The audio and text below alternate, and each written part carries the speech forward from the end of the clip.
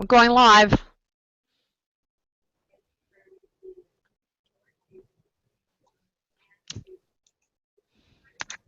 And we are live. Mm-hmm. Hello, Professor Carol. Hello, good day, depending, or good evening in some cases. That's right. Well, we want to thank everybody who's joined us right now and let everybody know that these sessions will be up on YouTube. To go to Professor Carol's YouTube page and watch them, share them with your friends. This is part of the Sacred Music course on professorcarol.com, Early Sacred Music, but it is something that anyone can watch and anyone can enjoy as well. So we are talking about, today we're talking about the Roman Empire, correct? The latter part of it, or the part that concerns early Christianity, absolutely. We can't take the whole 1,000 years on, although in a way you do have to think about it at all times, because the part that concerns early Christianity is a very interesting time within that long stretch of Roman domination. Yes. Well, we're not going to be able to talk about like the rise and fall of the Roman Empire, I'm sure, No. all in one 30-minute webcast. But yes, in regards to early sacred music, there's a lot of richness to be discovered there. And thank you for discovering it for us and bringing it to us through this class. Well, it's been an adventure. Yeah, yeah. I mean, you've got videos there where you were, and we'll talk about that a little bit later. But you were there, and some great video that your videographer husband has done. Give him, you know, give him a raise when you see him. I just give him a round of applause. Yeah, yeah. You can have a raise. Well, tell me about. You can have as many burritos as he wants. Yeah. Okay. Okay. All right. Yeah. Well, let's get to it. Yeah. Well, you know, now you just about got me talking about food, so we better get to talking about this, or else I'll get sidetracked. We're talking about Isidore of Seville. Okay, in the early 7th century, he? I'm so sorry. He. Yeah. But you know, Isidore, the first time I encountered that name. Yeah. No, the first time I encountered that name, I was in a graduate bibliography course, and Isidore is important because within his incredible amount of writing, he created sort of the model for the one of the, not the earliest model for encyclopedias, but I remember very clearly on the first grad musicology course saying she, and getting that right through the, because my professor was not amused that I didn't know that. Oh, yeah. Did you just? Are we okay? I think. Are we still on? Yeah, we should be. Because I just got a different screen up, and I'm not sure why. No, I'm hearing you and seeing you fine. I'm just. Okay, well, I won't touch anything. I no longer see you, but I won't touch a thing because if it's still good, then I'm good. All right, So keep going. All right. Well, anyway, my fault there. Thank you for helping me feel better about that. But yes, the quote by Isidore of Seville, he is, unless sounds are held in the memory of men, they perish, since they cannot be written down.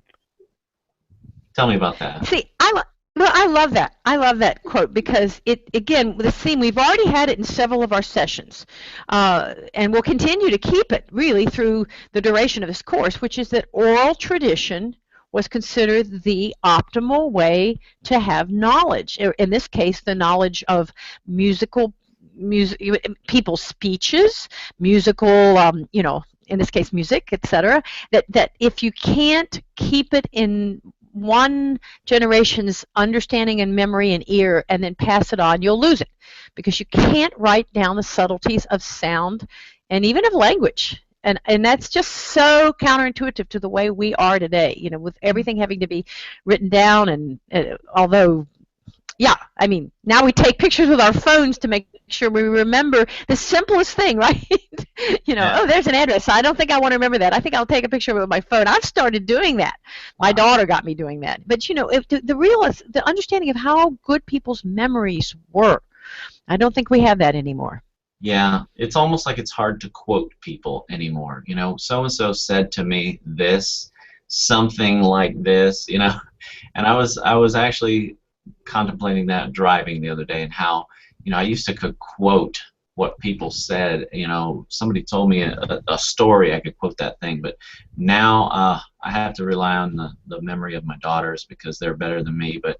Uh, but yeah, you're Yeah. right. I have to write it down or take a picture or record it with my iPhone. That's a good Yeah. point. Yeah. So Well. so when we started transitioning into that, didn't we? Into notes Yeah. and I mean, sounds. and we'll be talking. We'll pick up. In fact, it's not next class, but the one after that. We have in our assignment a good exercise of beginning to look at manuscripts and codexes. But it won't be hard, I promise. It's very doable, very interesting. So many resources are available on internet now that are so interactive. Things that you could never touch in a rare book collection. You can now click on and highlight and have a pop-up explanation of what the cryptography or the handwriting will look like, the paleographic aids to understanding these things that would have been just something you'd have seen in a showcase before.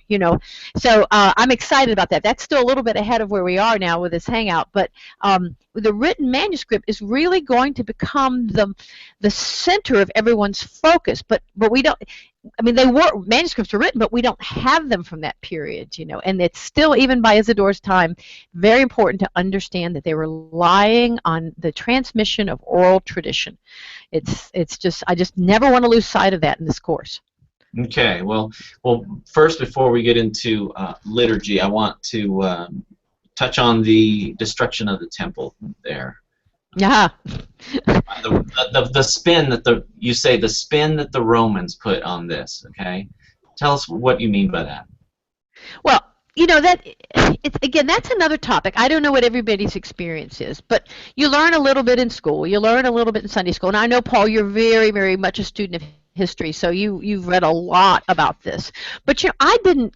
You talk about the destruction of the temple. We talked about the early one in the BC period, but this thing that happened starting in 70, and then the subsequent wars all the way through 135. But the really massive destruction of the temple in 70 and what it meant, and this was not a typical Roman way of handling a cultural problem. The Romans were very famous for their toleration.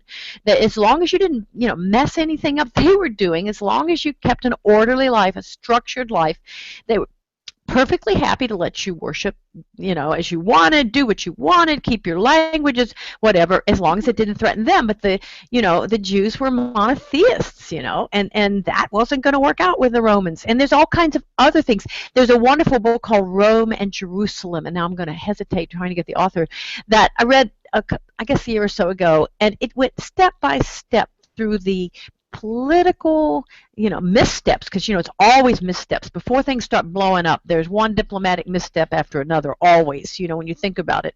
And suddenly this massively atypical Roman event to go in there and destroy that temple.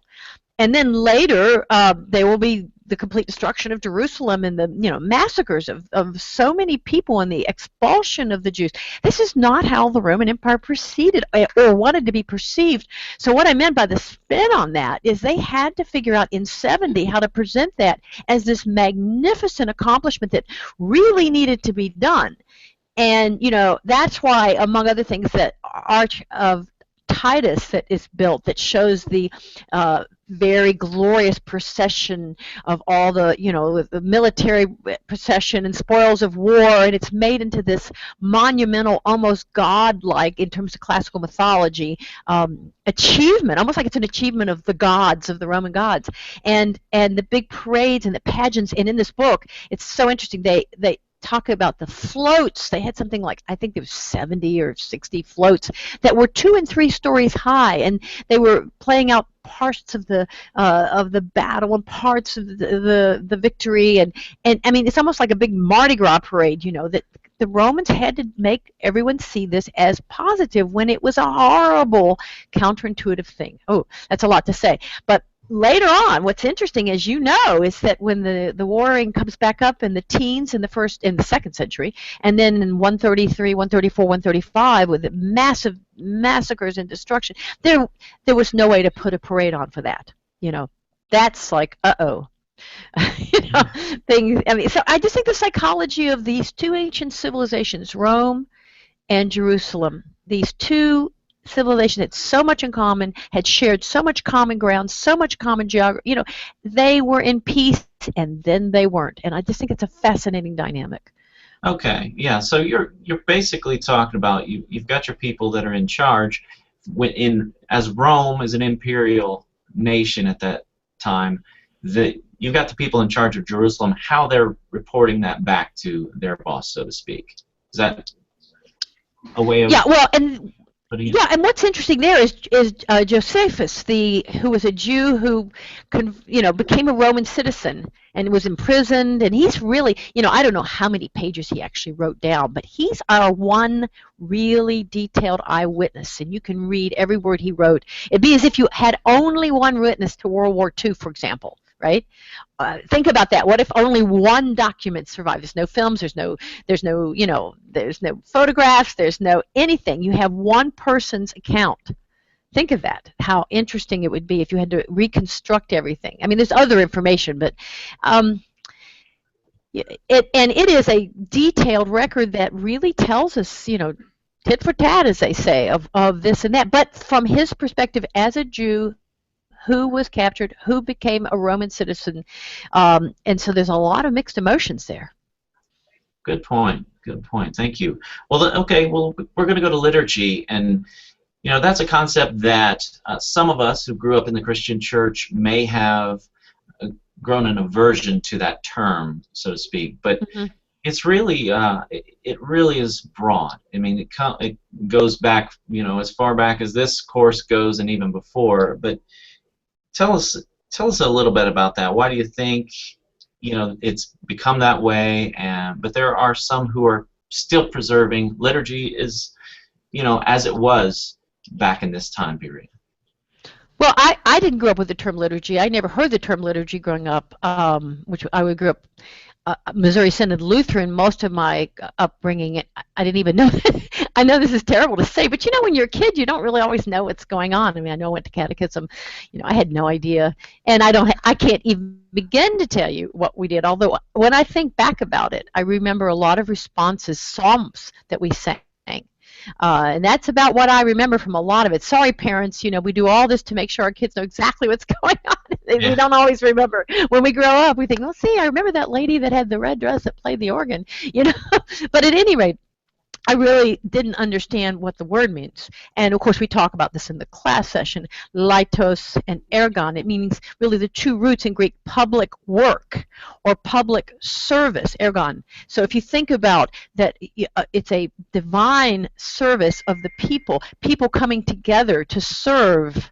And that doesn't mean, serving at the soup kitchen, although in a way that's an extension of liturgy, if you think about it. But it means to serve God through prayer and thanksgiving, and it means to do it in a structured form. It doesn't have to be, but that's what develops out of Judaism, as you well know. I know you've studied temple worship very thoroughly, and we've talked about that in the course. And if you really see that the understanding of praising God was in terms of coming together to sing psalms and have prayers communally, that was the way, not just of, oh, it's 2 o'clock, I better run over to, or noon, I better run over to prayers, but that this was why it was noon. See, that's the thing.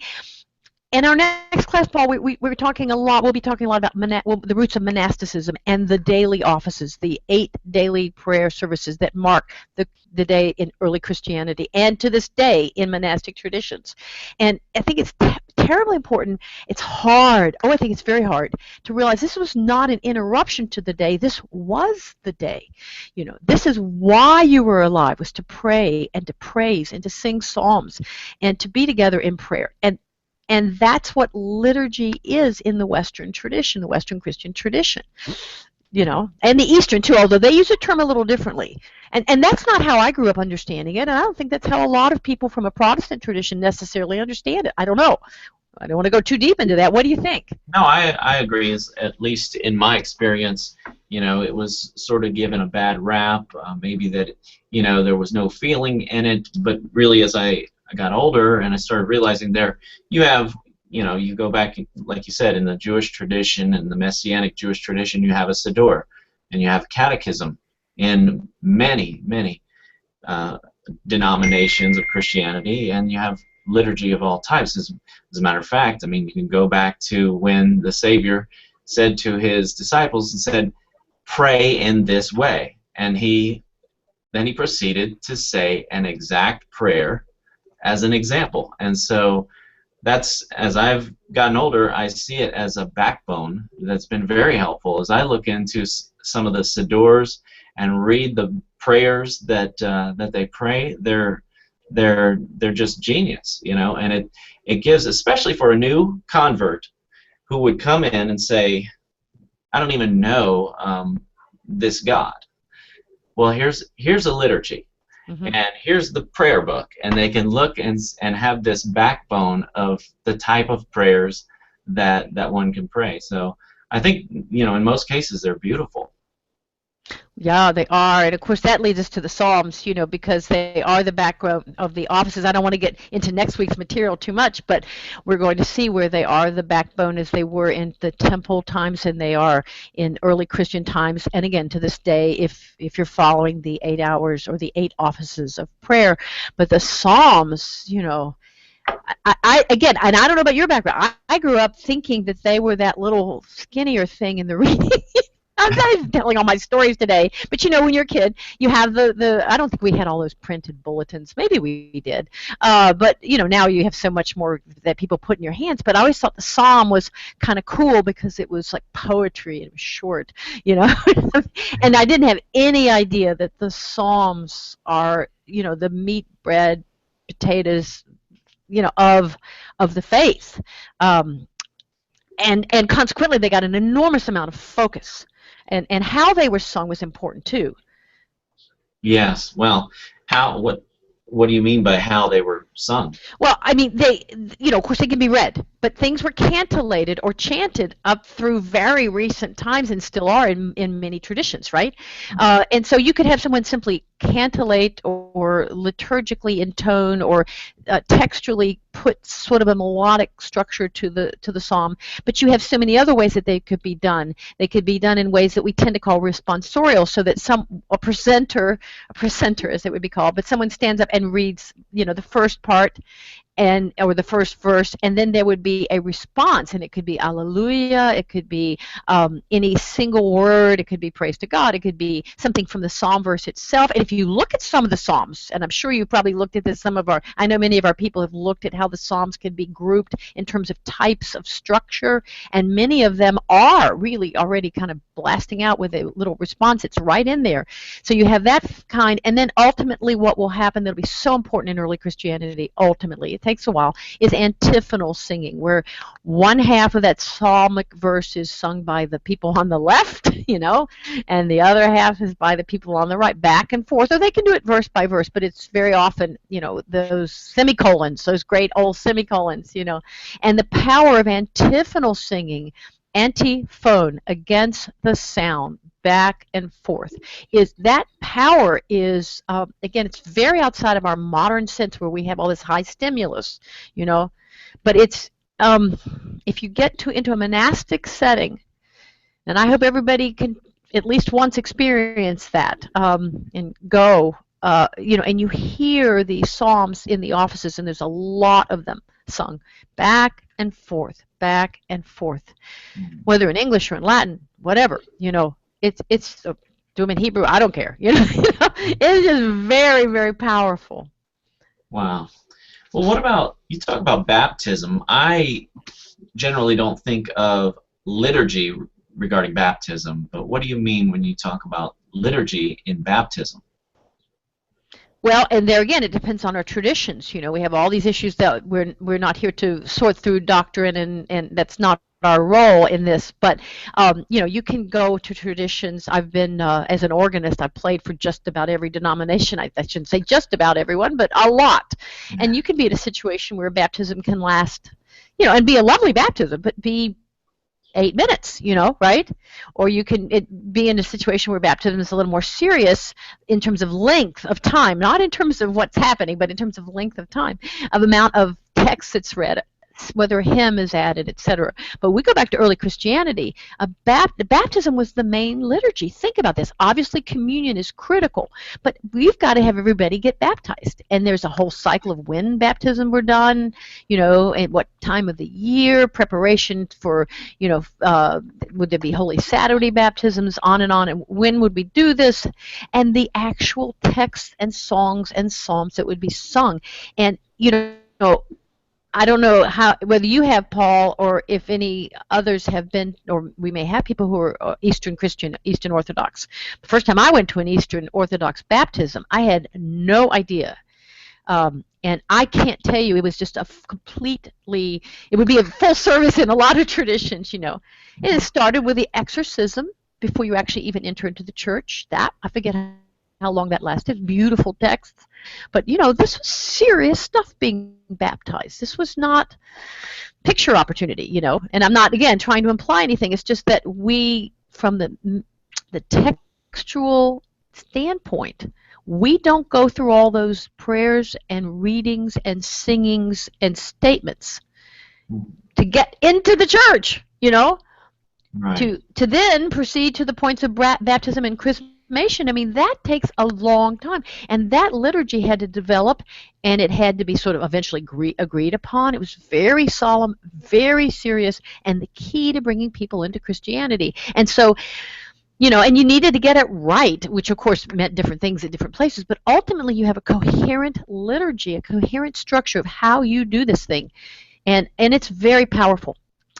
This was all new to me at one point. It really, really was. It almost took studying Eastern Orthodoxy before any of this made sense to me. I don't know why. I just, Well, it's rich, and of course it's not as popular around here, so not many of us have grown up with it. So right. Well, talk about Constantine's conversion experience and the importance that had during that period and for our music and liturgy. Yeah, isn't that crazy, that whole Constantine story? Of course, he doesn't get baptized. It's very common to be baptized at the end of your life. Of course, you don't always know when that's going to be, do you? Especially as a warrior. But, there was a sense that, and again, a lot of it depends on how you read the early sources, but a sense that you waited to, if you got baptized, you couldn't sin again, which of course we know is not true.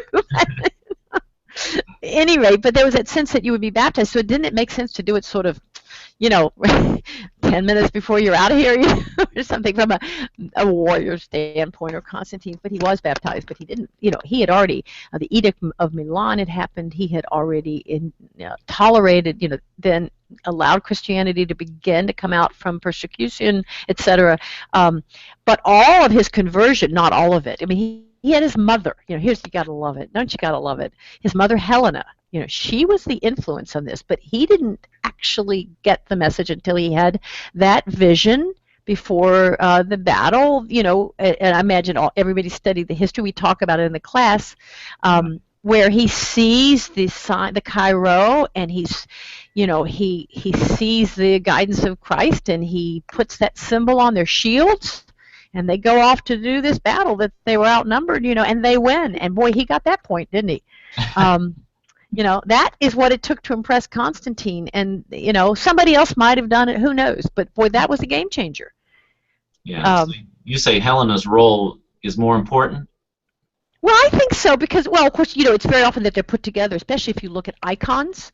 I know across from the church that we used to attend in Dallas before we moved out the country, there was an Eastern Orthodox, Eastern Christian church that was Helena and Constantine. So they're often grouped together in icons. I love that, mom and son, she had the spiritual guidance, and he did the deed and had the power to do it, if you think about it that way. But what's interesting to me about Helena is that she was such an activist, and you have to wonder, I don't know what the role was like. I don't know what her court was like. I don't know what her resources were like. But she goes to Jerusalem, and she finds the early sites where the events in the crucifixion, etc., had happened, and she marked them. And that's why, although there's still some dispute about some of this, but she got there and said to the people, some people that still, obviously they didn't remember, those people were long gone, but this stuff get passed down, remember. And then the Romans had tried to keep these sites from being holy, like they put a parking lot over them. They didn't put a parking lot over them, but they'd mark them. They'd put pagan buildings. They built a tennis court. It wasn't a tennis court, but it'd be like building a tennis court in a parking lot over someplace sacred so that it can't still be sacred. Well, that marks the spot, right? And she got in there and found the place of where Golgotha was, and found where this had happened and that had happened. And then she erects this incredible, the church that's over the tomb, that many Christians believe, again, is the exact place where Jesus was buried. And we had that opportunity to go there. Oh my gosh. And of course, that's a line, I don't know how wide, how broad, let's say 6, 7, 8 people broad, and I don't know how long. And it weaves sort of very gently through, and it takes a long time. And then you're allowed to go sort of into that, underneath the structure that was built by Helen. It's now held up because there were earthquakes, but somehow it's all still there. It's supported with all kinds of braces, and then of course there's a big church built over it, right? It's just extraordinary. And you're given like 12 seconds, because there's 800 people, 1,800 people behind you, and it's so amazing, the whole process. And it's so interesting. It's nobody. There's not any impatience that I observed. People are just in that line for that 12 seconds. Anyway, I don't mean to go off on that, but it was, I know lots of people go to Jerusalem, they have these experiences, but there's always a first time to see it, and it just knocked me out. And I'm sitting there the whole time thinking, this is because of Helena. Yeah. She got here, before it was too late, and someone else could have, of course, but she had the authority, the power, the money to do it, and she did it. And we should be very grateful to her. So these are the spots that we visit today, the ones that she went and put the mark on, basically. A lot of them. A lot of them. And of course, people still knew because, we talk about, think about Civil War now. We're going to be, in a few more decades, 200 years out. And okay, you say, well, we have books and we have movies and we have we have photographs, Matthew Brady and all those wonderful photographs that we're talking about in the America's Artistic Legacy course that actually was just, I think, right about this time that we've been talking about it. But nonetheless, even if none of that existed, there would still be people who lived there who could take you to the very spot where Shiloh happened, right? Even though it was my great-great-great-great-great-great-grandfather been passed down to me that General such and such, right, did this, or this is where General so-and-so was shot off his horse. 300 years later, people still will know that, right? Okay. Yeah. So, without, but it's still good she got there when she did, because time was passing. Yeah. Her research wasn't as thorough as it might have had to be, if you or I went there and there wasn't anything marked. Yeah. Sure. No. It's just an amazing thing because on the one hand, and again, I'm sure lots of people have had this privilege, this opportunity, or will. I never expected that we would have it. It came to me courtesy of the work I do for the Smithsonian. It's actually the first time they sent me out as a speaker, and I couldn't believe it. I still don't believe it. And that was a couple of years ago. I still don't believe it. But I remember thinking, you've got it. There's millions of people that want to come here on a pilgrimage. How do you handle all those people with dignity and not have the whole structure wear out the floors? And of course it's very holy, and you have everything. I don't mean to go off on travelogue, but you have people who are weeping and who have their whole lives dreamed, and they have their scarves on, and they are there with crucifixes or not, or with their Bibles or whatever, or with church groups, with their pastor, and then you have kind of goofy college kids who are want to get a picture, and it's just this massive humanity. I think Jesus would like that, actually. It's so human, and so it's so real, it's so actual. Anyway, I'm sure a lot of people would have much grander things to say about it, but I found almost looking at the energy, feeling the energy of everybody who wants that 8 or 10 or 12 seconds that close to these spots, that was almost as interesting as being there. Wow. Yeah, I'm a people watcher myself, so I can relate. Yeah. Well, you also went to Rome. Can you tell us some of the stories about your trip to Rome there for building this course? Well, that was so helpful too because I was there actually speaking, but I had time to be able to. We knew we were planning on this course. I mean, we had wanted to do this course, but when and I think some of our students know this story, but in case you don't, um, you know, when I got this first opportunity through Smithsonian, suddenly, I mean, we could have done it without all the footage. And no, we're not PBS, and we didn't bring our 7 cameramen with us. You know, oh, wouldn't that have been nice? But we did what we could, you know, with the time we had, and it was so amazing. Anyway, it was just such a blessing. I was very excited. I'm still very excited about that. What about But Saint the point Cecilia? was that, well, what was interesting about that is we wanted to interview some people, and that's kind of, you know, you got to get all that arranged in a very short amount of time, and we were so fortunate to find Sister Margaret. And anyone who's done the unit on this course, and you've seen her already, she's in the first unit of the class, and she was in this unit, and we may have her some more. But she is a British nun with her doctorate in sacred music and studies and theology, maybe. I don't know. Actually, I don't know what her doctorate's in. And she has been recognized. She's Dame, you know, for her work in chant. And she was there in Rome, and still is, had been there a couple of years, not very long actually, in that particular assignment, opening a chant school in the convent there at St. Cecilia's. So, and the students running the summer chant school, it's for nuns from all over the world who are who didn't grow up singing the Latin chant, which is true for a lot of, I mean, Catholicism had moved so much away from this in some places. So, or even if you did, to get it better, to become much more fluent and comfortable in your chant skills. So there she was, and she got permission from her Mother Superior to speak with us and to be interviewed. And so all of you who are watching her, and you've got to fall in love with her. She's just the most charming and smart woman. Just I can't even get over it after all this time. And we were allowed to interview her, and we weren't allowed to photograph a lot. Okay, that's just simply not allowed. But we were able to speak with her.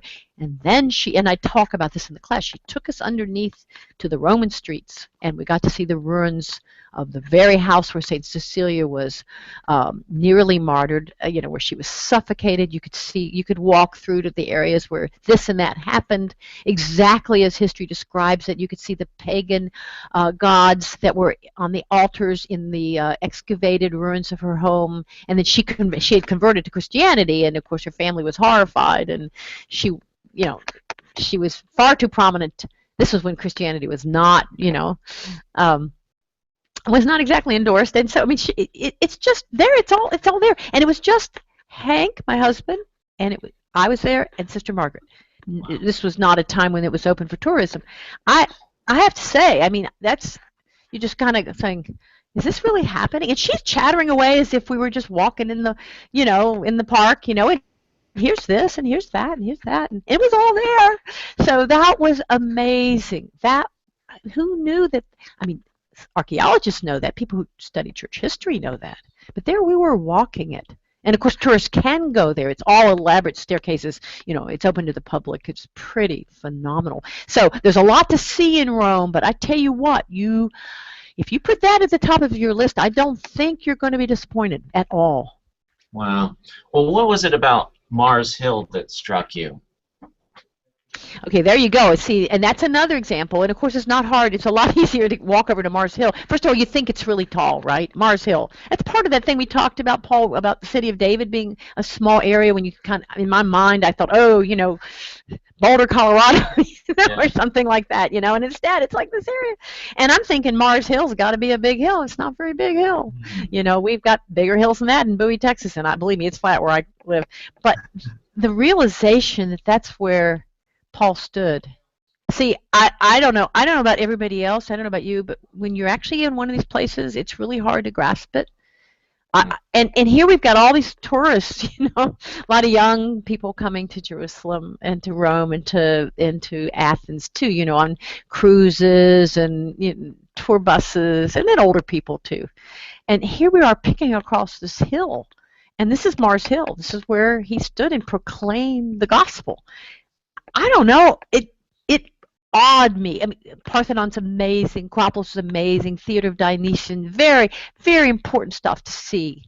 It's all really important. But suddenly this rocky, it's bigger than a bluff. I don't know what to call it. It's not a hill the way people in the mountains think about it. It's an outcrop. It's a big outcrop. It's a big outcrop. And that's where he stood and proclaimed this. Plus, it also shows that people could project. You'd have to have a bunch of microphones and speakers today. Of course, there's city traffic too, but there it is. I just think it's extraordinary. And again, don't if you can go and don't forget to go to Mars Hill. It won't even hardly be marked. I mean, you have to say, wait a minute, where's Mars Hill? You know. But I think it's powerful. Wow. Wow. Well, that's great. Thank you. And so, I Thank mean, you. it's good point about the you didn't have a microphone back then, and they would sometimes, Mm-mm. the numbers that they would speak to was amazing. Yeah.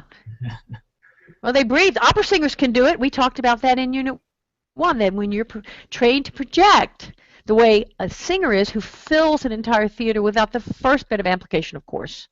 Uh, Um, those people, and we talked about this already, but it's really true. They could blast your eardrum out with their ability, singers especially, to mm, project. And of course, it was a quieter world too, but they had memory we didn't have, and they had projection we didn't have.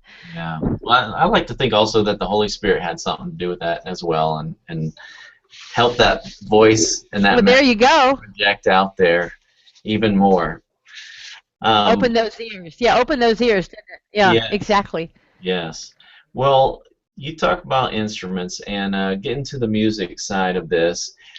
You had a lot of instruments obviously mentioned in the Old Testament and in Jewish worship. When did we get to a point where we have some denominations or sects where they don't use instruments at all? When did we get that Mm. way, and do you have any idea why?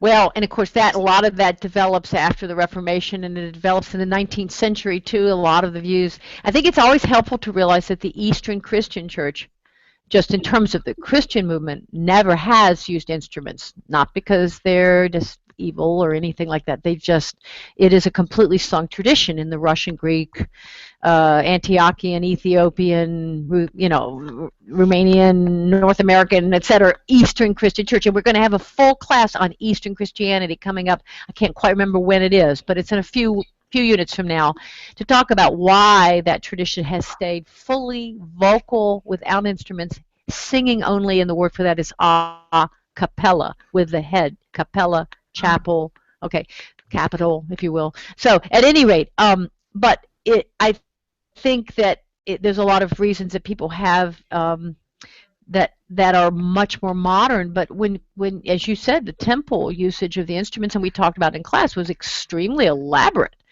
And why it goes away. I mean, it's really practical. Part of it's practical because once you have the destruction of the temple, synagogue isn't going to pick all that up. They're not doing all those daily cycles of animal sacrifice the way the temple did. And a lot of the instruments were associated with announcing things in the temple, receiving high priest and receiving this and that and marking all the temple liturgies, if you will. And so that's not happening in the diaspora, that's for sure, right, and the scattering of the Jews. And then I think the other thing that's very interesting to me, it's not so much based on the destruction of a complex, beautifully established rituals that were in the temple practice that are taken away by the destruction of the temple, but it's the fact that the early Christians do want to separate themselves from the appearance of anything that would be pagan, and that would mean Roman practices, because obviously the instruments were a big part of Roman festivities, Roman Parties, yes. everything, procession and governmental practices and all kinds of things.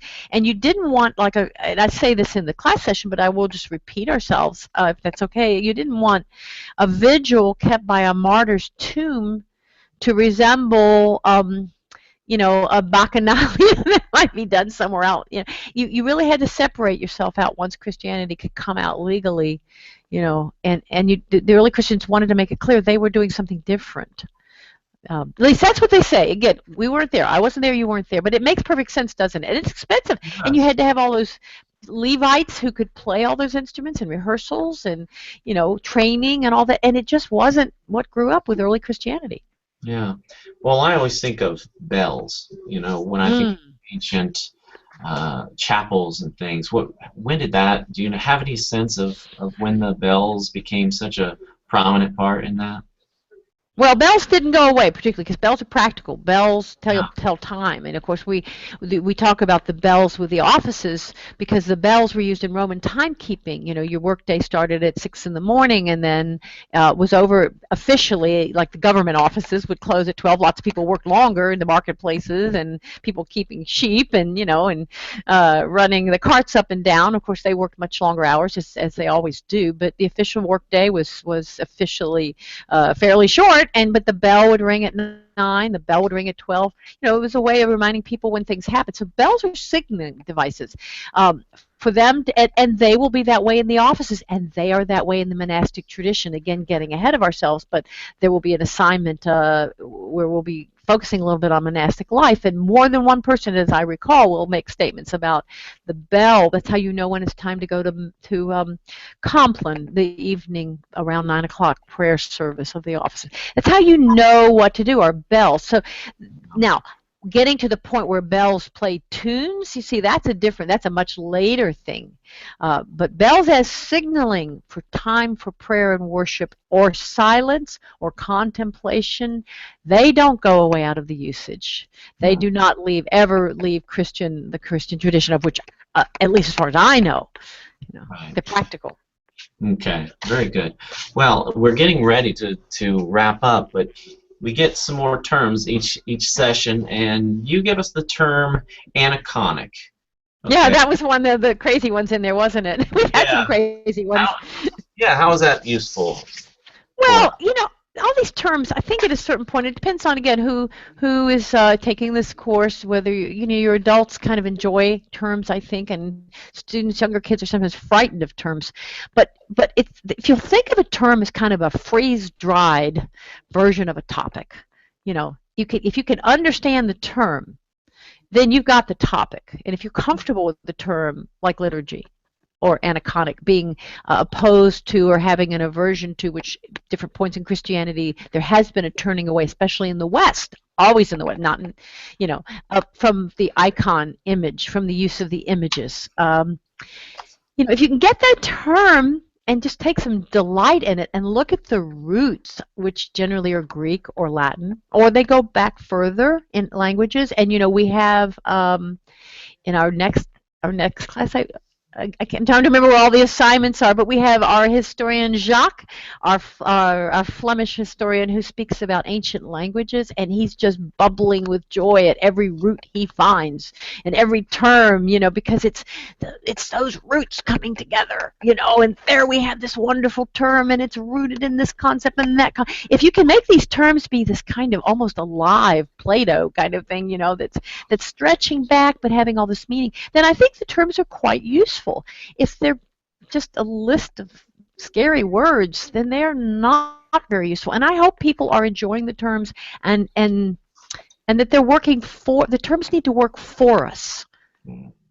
Yeah, I think so. And I appreciate you for bringing them up. And well, I'm looking forward to the next session, really. Me too. This gets more and more fun. Yes. Well, I think that does it for today. I did not see if we had any questions. I apologize. It's okay. We can find them later. Yeah, we'll find them later, and we'll get with you.